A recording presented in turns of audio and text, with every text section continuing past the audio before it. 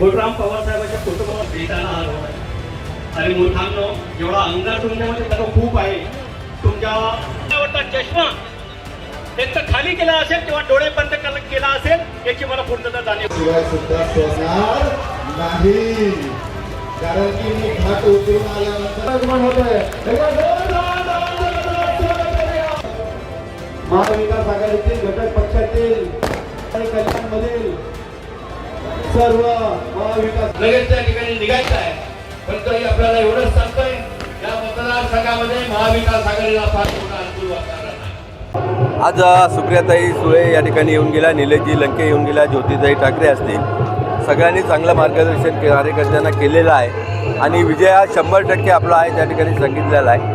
तरीसुद्धा कार्यकर्त्यांनी गाफील राहू नये, मतदारांना मतदान केंद्रापर्यंत घेऊन जाऊन मतदान करून घ्यावं अशा प्रकारचं आवाहन ताईंनी त्या ठिकाणी केलेलं आहे आणि निश्चित विजयाचा विश्वास दिलेला आहे.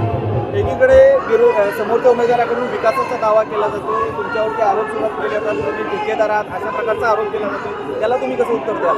एक तर हा जो आरोप आहे तुम्हाला वाटतं आता जुना झालेला आहे, 10-15 दिवस झालेले आहेत, परंतु त्यांची सुरुवात जी आहे, मी एक रजिस्टर व्यावसायिक ठेकेदार होतो, रजिस्टर कॉन्ट्रॅक्टर होतो आणि जे काम आहे ते प्रामाणिकपणे आम्ही करत होतो. पण त्यांची सुरुवात ही जंगल तोड ठेकेदार म्हणून झालेली आहे. ते कुठेच कागदार नव्हते पण ठेकेदार होते. आम्ही अधिकृतपणे त्या ठिकाणी करत होतो. सर, तुम्ही आता भाषणामध्ये उल्लेख केला की बदलापूर शहरामध्ये अजूनही पाणी टंचाई आहे आणि टँकर माफिया आहे, त्यांचे बगल बच्चे आहेत, तर कोणाचं नाव तुम्ही सांगू शकाल का? नाही, नाव तुम्ही तपास करा, तुमच्याकडे माहिती आहे कोण टँकर चालवतं हे सगळी माहिती तुमच्याकडे आहे. तुम्ही भाषणामध्ये बोललात ना की टँकर माफिया हा, मी आहे ना, तुम्ही तपास करा त्यांचा, कोण आहेत ते, कोणासाठी टँकर चालत आहेत, कोण चालवत आहे, टँकर लॉबी कोणाकडे आहे, तपास करा. बरं, असा देखील आरोप होतोय, सांगितलं जातं की मुरबाड मतदारसंघामध्ये तुम्ही उमेदवार असताना बदलापूर शहराची तुम्हाला आत्ता आठवण झाली जेव्हा तुम्हाला उमेदवारी मिळाली. याच्यापूर्वी सुभाष पवार हे बदलापूर शहरात का दिसले नाहीत? विशेष नाही, बदलापूर शहरामध्ये मी 4-6 महिन्यापासून त्या ठिकाणी येतोय. अनेक नातेवाईकांकडे कार्यक्रमासाठी त्या ठिकाणी येत होतो. उमेदवारी मिळाल्यानंतर तुम्ही 4-6 त्याच्या मिळायच्या अगोदर 4-6 महिन्यापासून मी सातत्याने इकडे येतोय.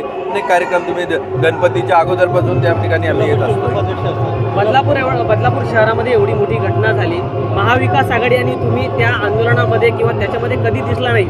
अरे माझ्यापेक्षा तुम्ही आमदार कुठे होते ते विचारा ना. आमदार कसे मागे मागे लपत होते?